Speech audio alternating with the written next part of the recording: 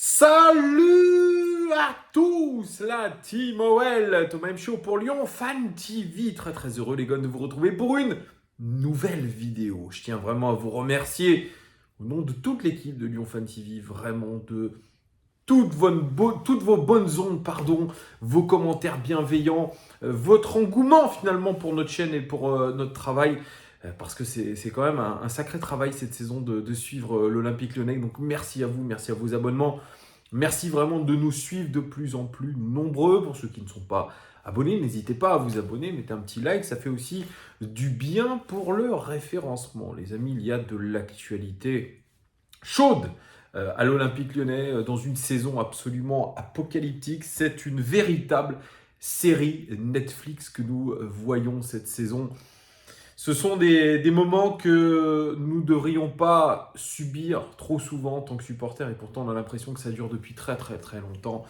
Finalement cette saison qui est très très très très très mauvaise, qui donne lieu à des réactions qui sont plus ou moins exagérées de part et d'autre, de la part de l'institution Olympique Lyonnais, de la part aussi des supporters, des suiveurs, des amoureux de l'Olympique Lyonnais. Il y a eu le récit de la saison dans le journal L'Équipe, bon, comme l'a dit très justement Antoine, des éditos, on a un petit peu enfoncé des portes ouvertes du côté de l'équipe. C'était des choses que nous savions sans même avoir de contact à l'Olympique Lyonnais, des choses qui étaient palpables, qu'on pouvait deviner dans l'analyse. Et puis, il y a eu cette réponse sur les réseaux sociaux de Jean-Michel Aulas, très très énervé, notamment en répondant à un tweet de Dominique Blanchard, un journaliste qui appelait au boycott du stade contre Nantes. Ça sera le dernier match à domicile.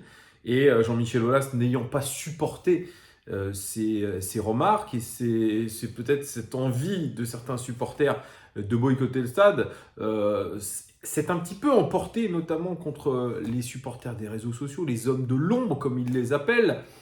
Et il a dit que voilà, nous étions toujours deuxième au ranking UEFA, etc., que tout n'était pas acheté et que nous avions besoin des supporters et que les supporters ne devaient pas jouer contre leur club pour pas finir avec un scénario à la Bordeaux ou un scénario à la Saint-Étienne. C'est pour vous dire, il y a une vraie tension. Jean-Michel Aulas qui ciblait notamment sur cette chaîne, c'est vrai, nous l'assumons, puisque on a la chance d'être un média indépendant, on peut dire ce qu'on veut, bien sûr dans la limite du raisonnable, il ne faut pas aller dans l'insulte, c'est notre ligne de conduite, mais en tout cas, on dit ce que l'on pense, on analyse un petit peu en tant que supporter la situation, et Jean-Michel Aulas, lui, a tenu à réagir à toute cette polémique, cette enflammade autour du match absolument calamiteux qu'il y a eu contre Metz, le match calamiteux qu'il y a eu à domicile contre Montpellier, malgré la victoire, ces gestes de Toko Ekambi, etc. Les gestes d'humeur des supporters. Donc il a fait une lettre aux passionnés de l'Olympique Lyonnais. C'est un énième communiqué, mais c'est une lettre où Jean-Michel Aulas assume quelques erreurs. Mais voilà, met toujours le doigt sur les réussites de l'Olympique Lyonnais cette saison, même si elles sont maigres. Elle invite les passionnés de l'OL à suivre le mouvement parce que il a lancé un mouvement et c'est en ça que je vais vous parler parce qu'il y a eu encore une énième conférence de presse aujourd'hui, notamment pour la prolongation de Maxence Cacré et de Wendy Renard. Il parle du nouveau projet, d'une fin de cycle de l'OL de 3 ans et un nouveau cycle qui va commencer avec le terme reconquête. Oui, vous avez bien entendu. Il a pris finalement le nom du parti d'Éric Zemmour. C'est très très bizarre, mais c'est comme ça. Il aurait pu prendre Renaissance, le nom du nouveau parti du président Macron. Mais il a choisi ce mot reconquête qui a été donné plusieurs fois dans la conférence de presse. Et il en a parlé aussi dans sa lettre adressée aux supporters. Vraiment, il veut absolument aujourd'hui refédérer et essayer finalement de recréer une nouvelle dynamique autour de l'équipe masculine, de centrer un petit peu plus sur le côté football. Et il veut que les fans, les supporters que nous sommes, soient vraiment, je dirais, partie prenante en tout cas de cette reconquête, de cette envie vraiment de retrouver les sommets, notamment grâce aux jeunes de l'académie et la première étape marketing, la première étape de la reconquête, après cette évidemment décevante saison, que lui, dans la conférence de presse, il l'a dit, bah, on va vraisemblablement finir 7 ou 8e. Mais la conférence de presse d'aujourd'hui, donc il y avait évidemment la prolongation de Wendy Renard jusqu'en 2026, il me semble, fer de lance de l'équipe féminine qui ira en finale de Ligue des Champions contre Barcelone, ça sera le 21 mai. Et la prolongation attendue et tant attendue par beaucoup de supporters, ça peut se discuter, de Maxence Cacré. Elle était dans les tuyaux depuis un certain nombre de temps. Ils ont mis du temps à s'accorder avec ses agents, notamment sur le salaire. Il y avait beaucoup d'autres propositions pour Maxence Cacré, notamment celle du Milan AC. Ça porte à réflexion aussi. La non-qualification Coupe d'Europe aussi a pesé un petit peu dans l'esprit de Maxence Cacré. Mais on lui a finalement vendu le nouveau projet de l'Olympique Lyonnais, ce fameux projet Reconquête, où il serait la tête de gondole. Lui, issu du centre de formation, lui, l'enfant de l'Olympique Lyonnais, depuis ses 11 ans au club. On a fait une petite vidéo d'ailleurs, marketing au club, vraiment, où on le voit dans ses jeunes années à l'Olympique Lyonnais, on le voit grandir et finalement posé avec le dernier maillot porté à l'extérieur par l'OL, ce fameux maillot rouge et bleu sont nos couleurs, où on voit un Maxence Cacré fier finalement de pouvoir représenter ces couleurs jusqu'en 2026, une prolongation. Voilà, c'était aujourd'hui le but un petit peu pour l'OL de montrer que on va mettre l'accent sur les jeunes comme le demandent beaucoup de supporters, notamment sur cette chaîne, sur les réseaux sociaux, et qu'on va faire confiance à quelqu'un qui est très très apprécié, qui est Maxence Cacré, et peut-être le futur capitaine du club. Alors bon, cette vidéo, vous pouvez la voir sur les réseaux sociaux. Moi, je trouve que voilà, c'est un peu du surfait. On essaie de nous faire avaler la pilule comme on peut. C'est du marketing. Évidemment, on voit un Maxence Cacré en conférence de presse, très bien coiffé, les cheveux en arrière, et qui a pris une sacrée masse musculaire pendant sa blessure. Lui, à qui on reprochait d'avoir un physique de coq, eh bien aujourd'hui, il est solide. Et bon, je vous épargnerai les fameux éléments de langage du garçon qui a bien appris son texte, voilà, qui veut absolument gagner des titres avec l'Olympique Lyonnais, qui veut être au cœur du projet, etc., etc., etc. Maxence Cacré, moi je suis un petit peu de l'avis d'Antoine Desédito, mais on pourra en débattre aussi, vous pouvez me le mettre en commentaire. C'est un joueur quand même très moyen. Bien sûr, c'est un joueur qui a de l'envie, c'est un joueur qui a progressé, mais aujourd'hui, on ne peut pas dire que c'est un top joueur de notre Ligue 1. C'est un joueur qui est, je regardais, noté juste en pure statistique, 6,74 sur 10 sur l'ensemble de la saison, ce qui est pas très très bon en soi. Maxence Cacré, il a beaucoup de lacunes. C'est un garçon qu'on a souvent décrié parce qu'il courait un peu de partout. C'est quelqu'un qui a un physique énorme, qui a une puissance athlétique, on va dire, impressionnante pour récupérer les ballons. Mais au niveau des statistiques, c'est un petit peu comme je vous parlais la dernière fois pour notre cible, Johan Le Penant, de joueur de Caen. Il n'a pas de statistiques offensives, il n'a pas de statistiques de passes décisives, ou alors très peu. Et aujourd'hui, la différence entre un bon milieu de terrain et un très très bon milieu de terrain, c'est ça, c'est les statistiques. Il n'y a pas uniquement le côté récupérateur. Et aujourd'hui, être au four et au moulin, c'est ce qu'on demande aujourd'hui à un joueur moderne. Et c'est pour ça aujourd'hui qu'on peut dire que ce joueur-là est très moyen quand même, très moyen techniquement. Il y a eu des bons moments pour lui, notamment sur la deuxième partie de saison, avant qu'il se blesse. Il ne faut pas oublier quand même que la première partie de saison a été très mauvaise de la part de Maxence Cacré. On s'est même inquiété à un moment donné. Mais voilà, aujourd'hui, on veut faire confiance à ce joueur-là parce qu'on estime qu'il a une très bonne mentalité, ce que je pense aussi, quelqu'un qui est bosseur, quelqu'un qui est un symbole aussi de l'académie, parce que c'est ça aujourd'hui que veut nous transmettre un petit peu Jean-Michel Aulas, c'est que ce projet, ce nouveau cycle de l'Olympique Lyonnais doit se baser sur l'académie. Et oui, ça, on l'a rabâché. Il y avait Vincent Ponceau, il y avait Bruno Chéroux aussi lors de cette conférence de presse. On nous a rabâché que ça allait se faire autour de l'académie, des jeunes de l'académie, notamment en prolongeant un certain Ryan Cherki. Il y a des discussions qui sont faites et on a mis un petit peu dans la balance le fait que son grand pote Maxence Cacré prolonge avec nous. Est-ce qu'il sera le futur capitaine de l'OL, Maxence Cacré? C'est une possibilité, même s'il ne le dit pas. Mais voilà, on veut centrer vraiment l'OL qui ne jouera probablement pas de Coupe d'Europe, sauf miracle. Eh bien, on veut reconstruire autour de ces jeunes de l'académie les plus prometteurs. On a vu que Mohamed El Arouche avait été prolongé jusqu'en 2025, mais c'était une prolongation automatique. Là aussi, la communication de la part de l'Olympique Lyonnais, il joue beaucoup sur ces termes sur cette communication un petit peu. On a vu lors de la conférence de presse que Pierre Vidot, l'attaché de presse de l'OL, avait posé la coupe Gambardella devant les journalistes pour montrer qu'on avait gagné un titre, nous qui sommes, eh bien, je dirais, à l'abandon au niveau des trophées depuis 2012. Ce trophée chez les jeunes est bien sûr significatif, mais voilà.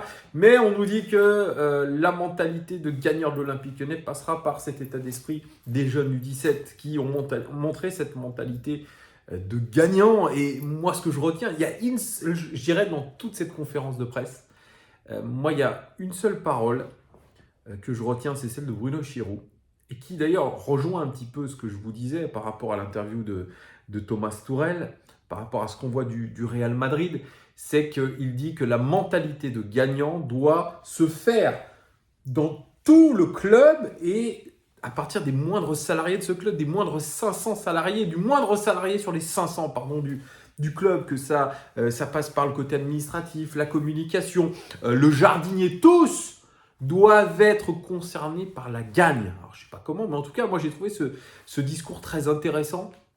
Je trouve que c'est celui qui est le plus pertinent. C'est comment retrouver cette mentalité de gagnant. Ça, bien sûr, ça ne fera pas en un claquement de doigts.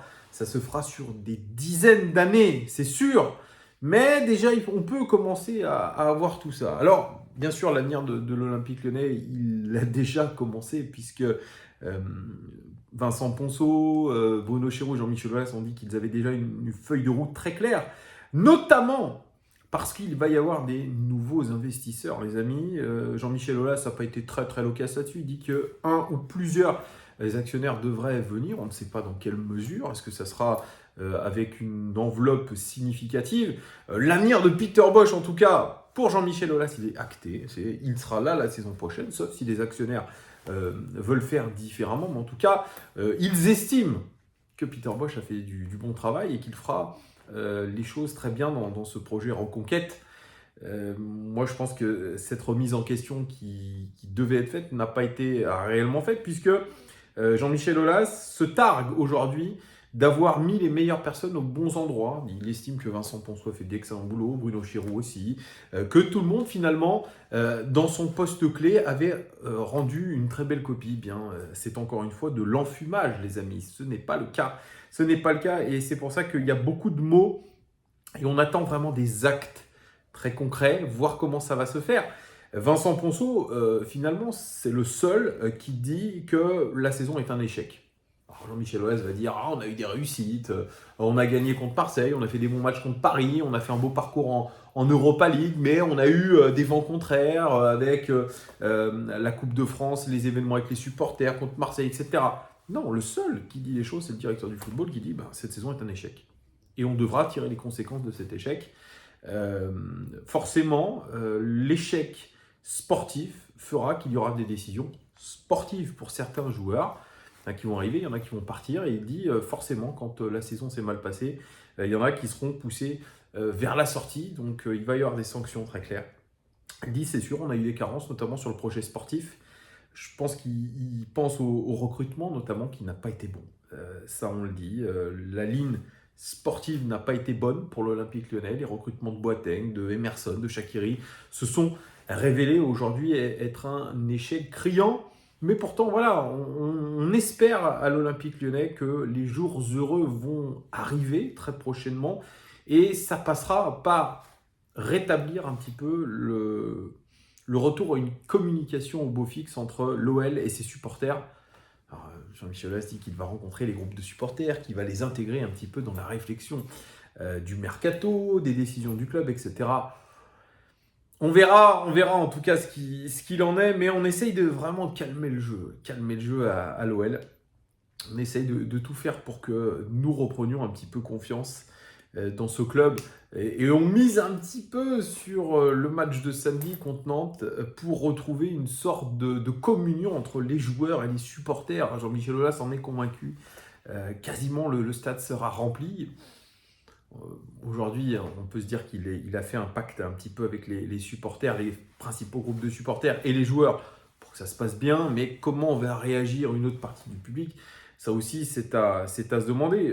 Le FC Nantes qui est quand même, les amis, vainqueur de la Coupe de France, ça sera pas forcément facile, ça sera pas une partie de plaisir, mais en tout cas, Jean-Michel Aulas est très très confiant. Et il estime que lui aussi est l'homme de la situation et qu'il va rester encore de nombreuses années. Donc ceux qui disent Jean-Michel Aulas doit s'en aller, moi j'en fais partie. Je pense que la fin de cycle doit aujourd'hui montrer à Jean-Michel Aulas que lui aussi, même s'il a fait un club qu'il a bâti pendant 35 ans, a été rayonnant, eh bien aujourd'hui il faut, je pense, se rendre compte que peut-être l'avenir se fera sans lui. Mais ce n'est pas le cas, il va rester. L'équipe dirigeante, dans sa globalité, va rester. Et c'est ça qui est, qui est assez hallucinant. Hein. Comme je vous dis, moi, voilà, on fait une remise en question, mais pas trop quand même, parce qu'on estime que les bons hommes sont aux bons endroits. Ouais. Et Vincent Ponceau, lui, nous dit, moi, écoutez, on me met beaucoup de fautes sur le dos, mais sauf que je ne m'occupe pas du sportif, je m'occupe uniquement du côté politique, je m'occupe uniquement peut-être des contrats, de l'administratif, etc. Moi, le côté sportif, je le délègue à Bruno Chéroux, qui dit, lui, Bruno Chéroux, moi, vous savez, moi, je ne m'occupe pas du politique et de l'administratif, je m'occupe du côté sportif.